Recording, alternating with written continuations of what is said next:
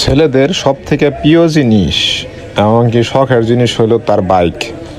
যখন সেই বাইকটা কোনো একটা প্রবলেম হয় তখন বোঝা যায় যে কীরকম লাগে। সত্যি কথা বলতে কি, আজকে আমার বাইকটা নিয়ে আমি খুব প্যারাশানি ফিল করছি। সমস্যা ছোট কিন্তু কষ্ট করতে হয়েছে অনেক বেশি। যাই হোক, আমার বাইকের অঙ্গ প্রত্যঙ্গ আস্তে আস্তে সব খুলে ফেলছে। খোলার পরে জাস্ট আমরা মনে করেন গ্যারেজ থেকে একটা মিস্ত্রি দিল আর কি, ওই যে ইটা বের করবো, নাটটা যে বের করবো, এটা আর কি একটু দূরত্ব তো গ্যারেজ থেকে, সেজন্য একটা মিস্ত্রি দিছে। তো এক গ্যারেজে গেছি, মানে যেখান থেকে বের করবো এখানে গেছি এক জায়গায়, এখান থেকে উনি আর কি অনেক চেষ্টা করার পরে যাই হোক বের করতে পারলো না। পরে আর কি অন্য একটা গ্যারেজে আমি নিজেই ঠেলে রাগ কইরা নিয়ে গেছি। ঠিক আছে, সাথে করে সামনে মিস্ত্রি দিছি, তুই সামনে হাঁট, আমি পিছনে আসতেছি। আইসা পরে একটা অন্দরমহলে ঢুকাইছি। দেখেন এই অন্দরমহলে অনেক কষ্ট করে আর কি ভিতর দিকে নেওয়ার চেষ্টা করতেছি। নেওয়ার পরে ওখানে দেখি দুইটা মিস্ত্রি বসে আছে। বললাম যে ভাই, বাইকটা একটু ঠিক করা লাগবো।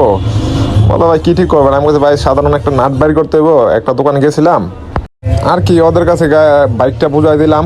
বুঝাই দিয়ে বললাম যে ভাই আমি তো খুব টায়ার্ড হয়েছি, কি একটু হাইটারটা আসি, একটু বসি এক জায়গায় যায়, অনেক ক্লান্ত হয়ে গেছি আর কি ভাই। বাইকটা ঠেলা কইরা খুব খারাপ লাগছে। পরে যাই হোক একটু বসলাম, বসে রেস্ট টেস্ট করলাম, জানলার কাছে একটু গেলাম, জানলার কাছে গিয়ে একটু করলাম। করার পর আর কি আবার সেই বাইকের কাছে ঘুরে ফিরে আসলাম। আসার পর যা হইলো আর কি, সেই অন্দর মহলের ভিতরে বললো আমার বাইকটাকে নাকি শোয়ানো লাগবো। তা বাইকটাকে শোয়ানোর জন্য হৃদয়ে বললাম যে একটু ধরার পরে আর কি শোয়াইলো। হৃদয়ে ধরবো কি, ধরার পরে নিচে ফালায় থুয়ে দিছে বেটায়। ফালায় খালি কোনো মতন কাজ মাছ শুরু করেছে ধুমধারাক্কা। ঠিক আছে, সর্বশেষ যেটা হলো উনি আর কি সফল হয়েছে, সেজন্য অনেক অনেক ধন্যবাদ। ভালো করে তারপর বাইকটাকে ওয়াশ করে তবে করলাম চলে যাই।